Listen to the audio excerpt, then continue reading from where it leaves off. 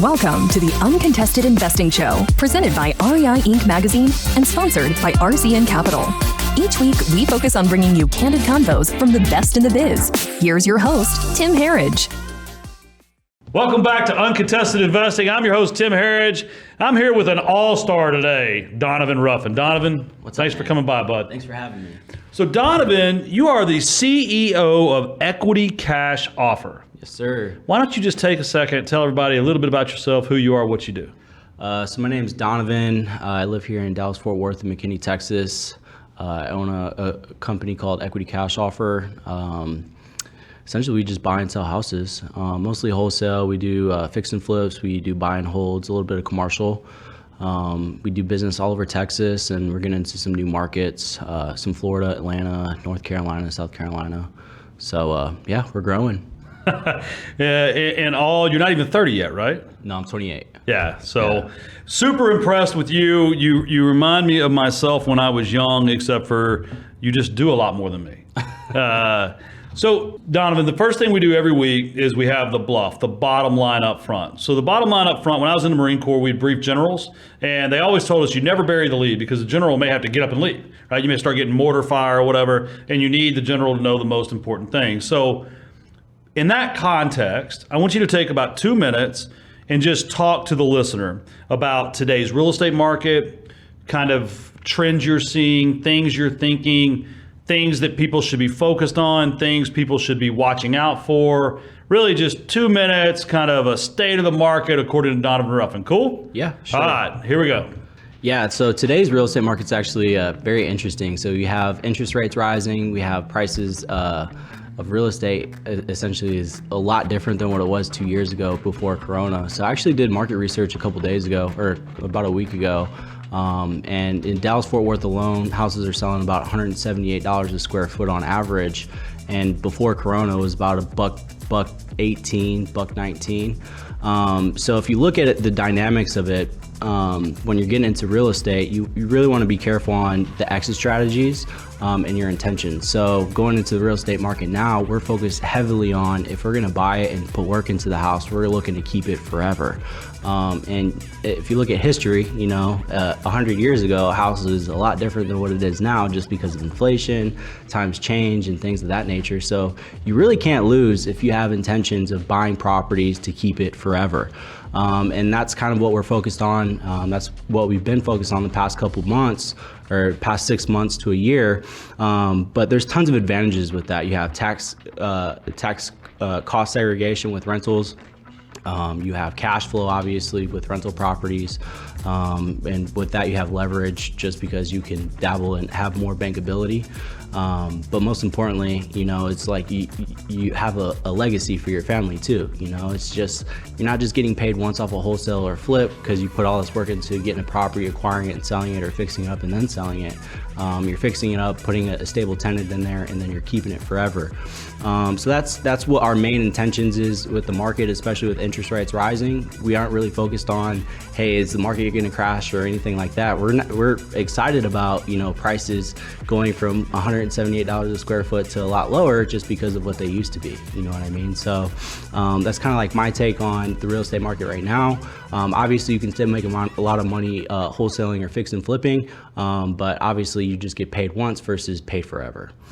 All right, so there's a lot to unpack in that. Legacy. Yeah. One of my favorite, your Instagram has become one of my favorite, mainly because I was just about your age when I had my first kid. Mm-hmm. And it's just fun to watch you. You do post about your house stuff, but let's say it's like 80% little knocks on there now. Yeah. And then that legacy just means so much more. It's not about the money or the watches, or the cars, or the houses. It's like let's level our kids up, right? For sure.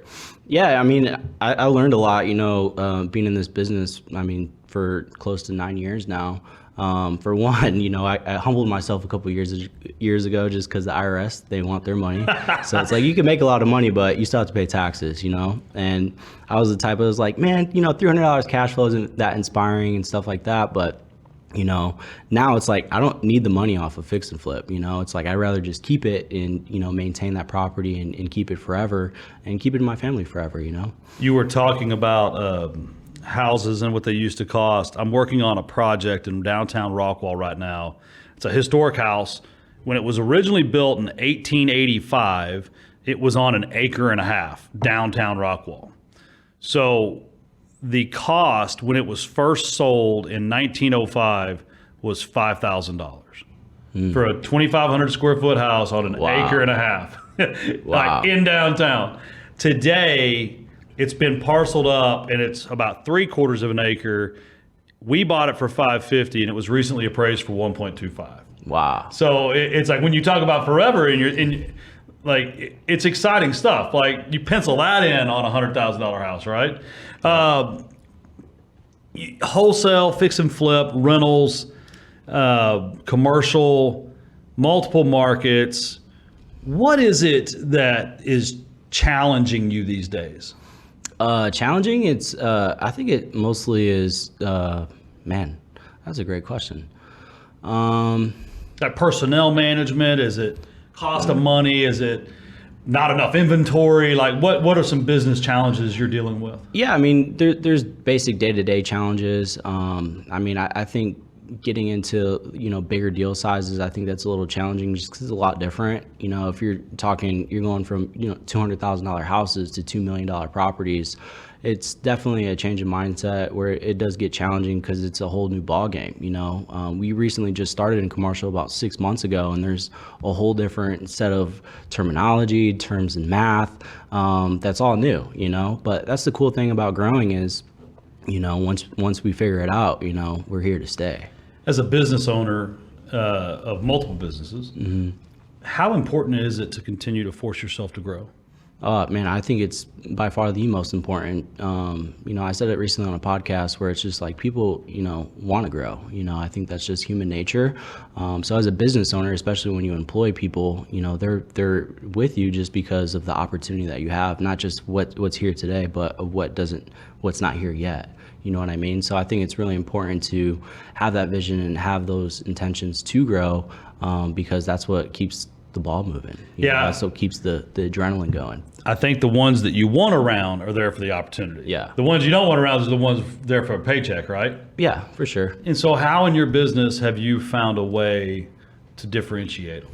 I think you always have like chiefs and Indians, right? Or, sheeps and lions or what have you. I mean, every business needs Indians, but every business also needs chiefs.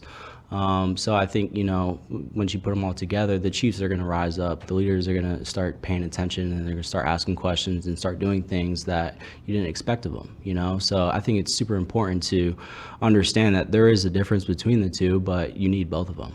It's interesting, even at our lending business, we have kind of an intake team, if you will, that we call them lead development specialists. And it's been interesting to watch how many of them come in, like the company, like the culture, but then they want to be a loan officer or they want to go to processing or want to go to underwriting. One wanted to go to legal. Like, it's fun to watch, right? Yeah. Some just want to stay in that role, right? Which, like you said, let them, right? If they're happy and they're doing a good job. Yeah. Well, everybody's got to do the job, right? First and foremost, but, not all the time that when you hire somebody, they're in the right seat. Sometimes there's a whole different seat that they're a lot better at. You don't even know until they're actually there, or they feel more of a desire to go there. You know what I mean? So, times change, people change, and that's just kind of how life works. So we got a lot I want to unpack in a minute. We're going to talk about people. We're going to talk about bigger houses. We're going to talk about commercial, growing, opportunity, new markets, and kind of your biggest wins and losses. So everybody stick around. We'll be right back with Donovan Ruffin. Are you looking for fast funding for your next fix and flip? What about leverage for your next long-term rental or vacation rental? Need capital for a new construction project? Look no further. RCN Capital has you covered. As the leading nationwide lender for real estate investors, RCN Capital offers short-term and long-term financing solutions for your next investment property. RCN Capital takes a common-sense approach to your loan request, offering high leverages and low rates backed by superior customer service. Whether you're investing in single-family properties or multifamily properties across the U.S., RCN Capital has funding options for you with no hoops to jump through and quick closings in as little as 2 weeks. Ready to get a quote for your next investment property? Visit rcncapital.com/podcast to apply today. There is no fee to apply. Again, that's rcncapital.com/podcast to apply today. Welcome back to Uncontested Investing. I'm Tim Herriage. I'm here with my friend Donovan Ruffin. I'm going to call you a friend from now on. You're not a colleague. One of the things that I got really impressed that you did last year, you had a big team dinner, and I saw it on social media, and you gave everybody like Rolexes or something like that. Tell me about that, and then tell me why that's important to you. Yeah, so I mean, money is one thing, bonuses are another thing, but I think, when it comes to people that go above and beyond in your business, I think it's super important to separate that and highlight that in front of everybody, just because it's a level of appreciation, right? So we have a thing in our company, depending on division, that you are bonus to Rolex. So we all get together, we have dinner every quarter, regardless, but when people hit their bonus, they are gifted a Rolex. And I think that's pretty cool just because, I've worked for companies before and stuff like that, but I know for a fact when people feel appreciated, they definitely work harder. But most importantly is it's kind of like a level of intuition where it's just like, hey, your hard work didn't go unnoticed. I know for a fact you work hard, and it's kind of like a gift of appreciation. So you mentioned earlier going into some more markets, even different states. Take a minute and tell me why you're going and the things that maybe either worry you or some of the challenges you've had of contemplating that business expansion. Yeah, so I mean, it works twofold, right? So when we've been in Texas, since pretty much we got started, so it's really awesome just because our brand's here, brand recognition is awesome, people know who we are, we're doing business with the same people, but then it kind of saturates a little bit where we start getting less meat on the bones and stuff like that, just because there's only so many people we can talk to, right? Once you grow to a certain point, there's only so much distress in the market. So going into new markets, we really enjoy that just because we can enter into more distress, where there's more profit, more profitability, and there's more growth as far as our brand. So yeah, there is challenges going into a new market just because the brand recognition isn't there yet, but it'll definitely come tenfold once we start working it. You've dealt with a lot of investors, either as the buyer or the person selling to them. Let's start with someone that you're wholesaling a house to as an investor. What are some tips that people can use in today's market to help their offer rise to the top, or even make that salesperson really want to work with them? Oh man, that one's super easy. And I don't get that question a lot. I think what's really important to make it very clear is your ability to deliver. Because especially in today's market with interest rates rising and things going all over the place, people overpaying for property and stuff like that, you can really go a lot further when you're making offers, when people know for a fact you can deliver. What I mean by that is you have proof of funds, you have earnest money deposits up front. The highest earnest money deposits, I mean, we've accepted offers where it's a little bit less than another offer just because the earnest money deposit's a lot higher. What that tells us is, okay, this person's really serious about it. They know for a fact they can deliver, so they don't have an issue, depositing this money, just because if they don't close, then it's forfeited. You know what I mean? So that can really help you get established, especially when you're making offers, is, earnest money deposit. The second thing is, developing that relationship where you have if you're using a lender, you have a lender's letter or something with pre-approval, something of that nature. But then at the end of the day is, people want to feel special about it. They want to be able to work with you, not just now, but in the future too, letting them know that you're in business, not just for this one deal, but in future deals too, because people really appreciate repeat business. And I think that definitely goes a long way. Yeah, I mean, I think too many people get too transactional too quickly. And I was talking to someone the other day. I feel like the power of a smile and a handshake in today's day, I mean, especially post-COVID. Yeah. I mean, well, number one, there's a lot of people need to be taught how to smile and shake a hand. Yeah. But, I think sitting down with someone, a sales rep, a buyer's rep, whatever, just being personable and likable and conveying some confidence with your setup and your organization goes a long way. Yeah. Distress in the market. That was just a little key phrase you said that stuck out to me. Talk about what you mean there. Like, what are you looking for we'll just pick Tampa. Okay.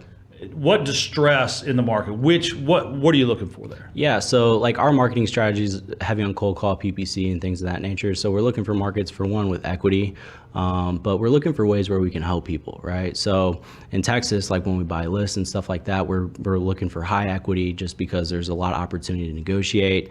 And then we're pairing it with some other type of distress, like bad credit, old age, absentee, low income. Things of that nature, empty houses, empty nesters, or things of that nature. So that's kind of what we're looking for when we enter into markets. But we also look too on the growth of the market too, just because if we have growth in a market where people are constantly moving into that market, we know there's opportunity there. We know there's opportunity for growth, which a lot of times when you're talking to people with distress and you're helping them, they don't necessarily see that type of opportunity. So you can really get in there and take advantage of that. So if I told you that you pick your people and your markets the same way, would that be a shock to you? No, it's very similar. Yeah, very similar. Opportunity and growth. Yeah. I think that should be like the episode title, right? Yeah. So cold calling, PPC, brand recognition. What have been some things that have helped you set Equity Cash Offer apart from the other players in the market? I think I don't think it's a secret, really. I think we're just really loud. I'm doing a podcast right now. I do them pretty frequently, just to get our brand out there. We lead with value. We throw events, we host events, we sponsor other people's events. We like to collaborate with our competitors, even if we can help them or not, just because there's always an opportunity to do business with somebody, not necessarily today, but tomorrow too. So just going out and just leading from the sense of, hey, I want to help you intentionally versus I just want to help you just because I want to do business with you. You know what I'm saying? So when you lead with value, I think people really gain a level of respect for you, and that's kind of what we've done at Equity Cash Offer. Going out of our way, like throwing big events for free, not charging people anything, just to connect people and stuff like that. Doing podcasts, doing masterminds, things of that nature, sponsoring events. I think that definitely goes a long way with brand recognition. I could not agree with anything you've said more than that, because so many people in this business, and if you're listening to this, please rewind, go 2 minutes back, listen, and then go 2 minutes back and listen again. How many times a week does someone offer to pick your brain or take you to lunch? Man, probably like 3 or 4 times a day. And you look like someone that has lunch money, right? Yeah. It's one of my biggest frustrations, because I do like to help. I genuinely, real estate has made my family, if the course of my family was to the left, we are going high and to the right now thanks to this industry. And I love to share it with people, and I love to help people. But when someone selfishly reaches out to me and says, I've got some questions, can I take you to lunch? It's just kind of like, sometimes I'll reply a little snarky. I'm like, yeah, sure, if we're going to Nick and Sam's and I'm getting a Wagyu filet, right? This is going to be a couple $100 lunch. But then I don't even want to go to that, because I have to get dressed and drive there, right? Yeah. Talk about, I'm going to go over on this segment because this is just so important to me. Say there's a young, aspiring wholesaler out there that doesn't have the money to sponsor events, doesn't have the reputation to do a podcast. What are some things they can do to lead with value when they're trying to establish relationships in this industry? I think it's very simple. Deals, deal flow. If they're working in the business, they're going to come across deals with equity. You bring that to the table, that shows a lot. I made a post a couple months ago, or I think it was a couple years ago now, where it's just like, I really appreciate you guys, reaching out, to buy lunch and coffee and stuff like that. But, I can't do it for everybody. I'd be fat as I'd be high on life with all this coffee, bring me a deal and then you can buy me lunch, and then it got to a point where people were bringing me so many deals, I couldn't even agree to that anymore. I had to change it up. But, it helps to, having a team now where our team is able to go out and do that networking aspect too, especially with people that they're doing business with. But I think it's important, I think when people get started, they don't necessarily know how to approach people when they want to learn information. I've always learned, if I can find a way to bring value to somebody and give somebody something that they need versus anything else, I think I can get my foot in the door a lot easier. And that's kind of how I worked the past couple of years, regardless if you're a celebrity or not celebrity, a high, investor, I've always found a way to bring value to somebody so they can pay attention to me and help me. So that is a great segue into the break, because when we come back, you're going to have the Money Minute where I have no doubt you're going to lead with some value. So stick around. We'll be right back. REI Inc. is a monthly business publication for real estate investors, covering all types of real estate investments and strategies. It is the most comprehensive real estate investment publication on the market. All of the articles are written by the top leaders in the industry, so investors are assured of always getting the best information possible. Each month, REI Inc. also profiles the top companies in the industry and provides insights and data into key regional markets. Along with their sister platforms, the REI Referral Network and Highest Invest, real estate investors have exclusive access to off-market investment opportunities and national acquisition and disposition initiatives. To learn more, visit www.rei-inc.com, where you can also access the REI Referral Network. Also, be sure and visit www.highest-and-best.com to view the latest exclusive off-market assets with near immediate acceptance decisions and closing strategies. You can also email marketing@rei-referralnetwork.com to request more information. Welcome back to Uncontested Investing. I'm Tim Herriage, your host. I'm here with Donovan Ruffin. Still Donovan. The next part of this show is my favorite part, the Money Minute. Imagine there's a young Donovan Ruffin out there thinking about getting into real estate, or an entrepreneur that's out there struggling, or even a real estate investor that's kind of a little nervous about what's going on in the industry. And this is the only 60 seconds of advice they're going to get all month. I mean, literally, they're going to listen to this 60 seconds and they don't get to hear another piece of advice. So, you know what you're going to say? Yeah. All right, here we go. Money Minute. Now. All right, what's up, people? So I think what's really important in today's day and age, especially if you're young and ambitious and you haven't got a deal yet, or you're just looking to get started in real estate, is do the work first. I think a lot of times people try to go out and clout chase, especially when you're young. And most importantly, instant gratification doesn't necessarily exist. So when you have real intentions and real goals by winning in this industry of real estate, there's definitely a lot of avenues you can go about winning. There's over 80 different ways you can get paid in real estate. You have to find your niche. You have to find what you enjoy to do, for one. For two, where you can really comprehend consistently doing it, so you can be consistent in doing it. And what I mean by that is whatever way you can add value to the marketplace is how you're going to make your income. So if you're a wholesaler, you want to go out and find deals, find the deals, find real deals with real equity, bring those deals to the table, and you can produce income. It's not overcomplicated. There's a bunch of videos, podcasts, and stuff out there that can teach you how to do it, but just do the simple work and grind your face off and you will win. That's powerful stuff, man. Do the work. I tell my sons all the time, you don't want to be me. You want to be me right now. Yeah. You don't want to be Tim Herriage out of the Marine Corps that had no idea how to manage his money, and his Sprint cell phone would get shut off, and he had to go sit outside the store and count change to go get it turned back on. Right? You don't want to be the me that was selling life insurance that would be so far out in the boondocks and realize, doing the math, that didn't have enough gas to get home. Yeah. Right? That fire in the belly, that grind your face off mentality, I think I don't mean to sound like the old man in the room, but there's a lot of this generation that just doesn't get that. Yeah. Well, there's a lot of different reasons why people don't have that fire and desire in them. And I think most of the reason being is just the way people are raised. No offense, Tim, you probably spoiled your kids. It's kind of, they probably didn't have to, you built a successful business in your life and you wanted to give them the best of everything. And now in today's technology, you have TikTok, people see a 15-second video and think they can be billionaires. You have crypto. The grass is always greener on the other side, but what people don't realize it takes time and dedication and consistency in order to achieve success at a high level. I mean, anybody can be successful, but I mean, keeping the success is the biggest flex ever. The biggest flex. So I'm driving through my neighborhood one time about 8 years ago, and I see the neighborhood kid, it's my oldest son's age, mowing the yard. I look over at my wife and say, well, why doesn't our son mow the yard? She goes, well, we don't own a lawnmower. And then you realize I did spoil my kids. There's nothing wrong with no that. doubt, right? Yeah. I'm trying now.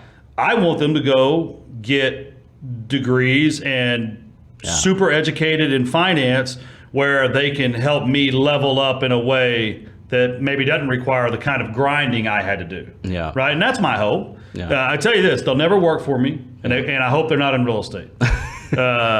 I mean, it goes twofold too. Like, all my siblings we all grew up in the same house, and they all work hard, but I guess the desire is a little bit different for people. I don't know if it just comes naturally or if it's just God-given. I really don't know. If you had to pick PPC or cold calling this year in this market, we'll just stay Dallas since you're not which would you pick? Probably cold call. Cold call. Yeah. A lot of people aren't willing to do that. Yep. If you had to pick bigger houses to flip or bigger commercial projects to flip? Definitely commercial. Yep.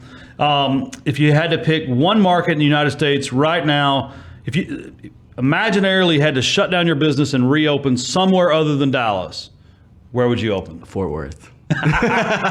Fair enough. And the Fort Worth people are going to love you for that, right? Because Dallas gets all the credit.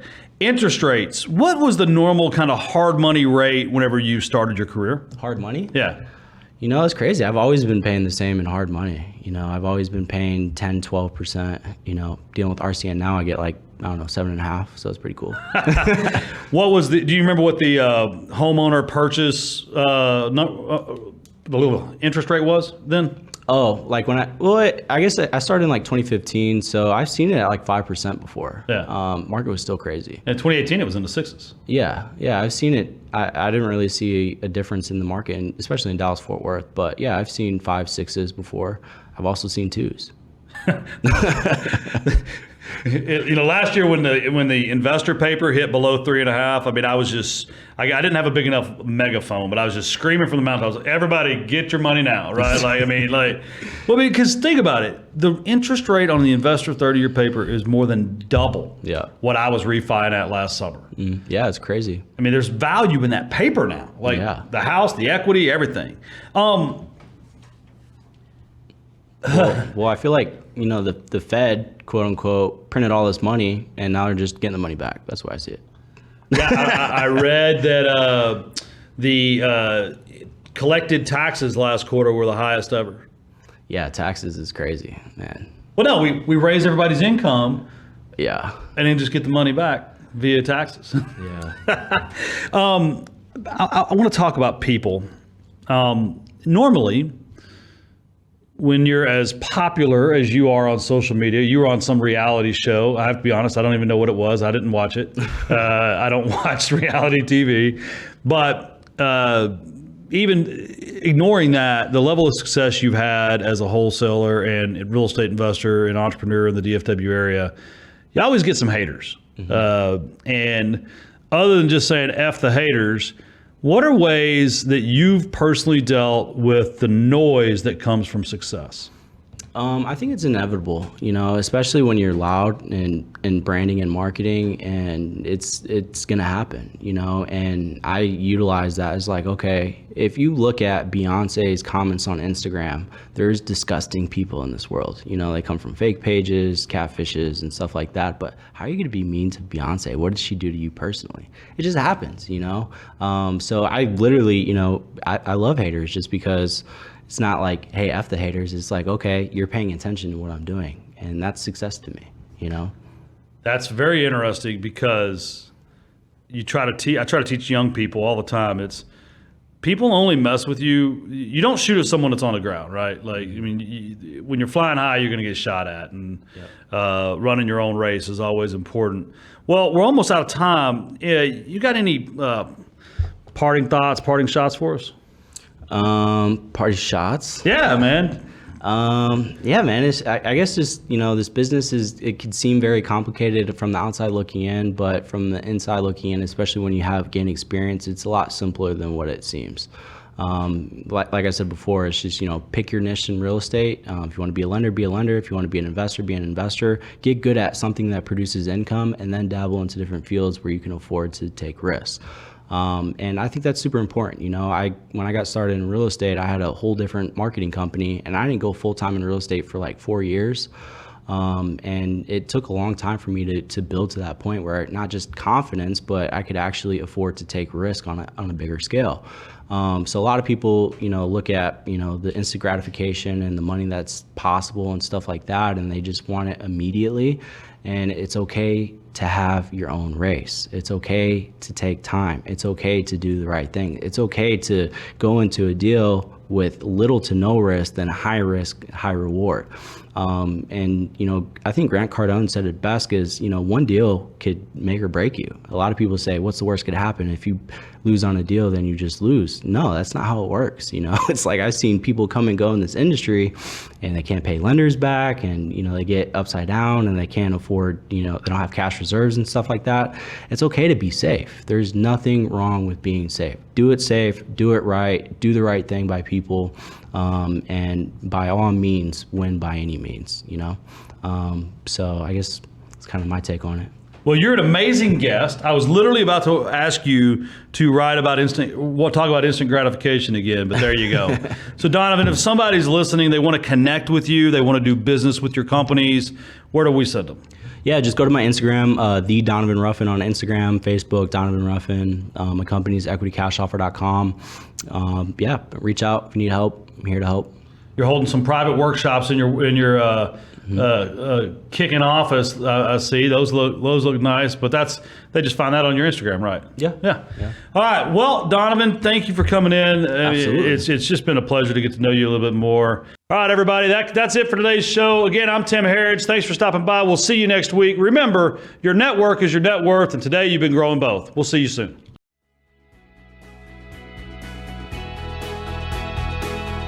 Thank you for listening to Uncontested Investing. Questions about today's episode or the podcast? Email podcast@rcncapital.com and make sure to follow REI Inc. magazine on LinkedIn and Facebook, and RCN Capital on Instagram, LinkedIn, and Facebook. See you all next time.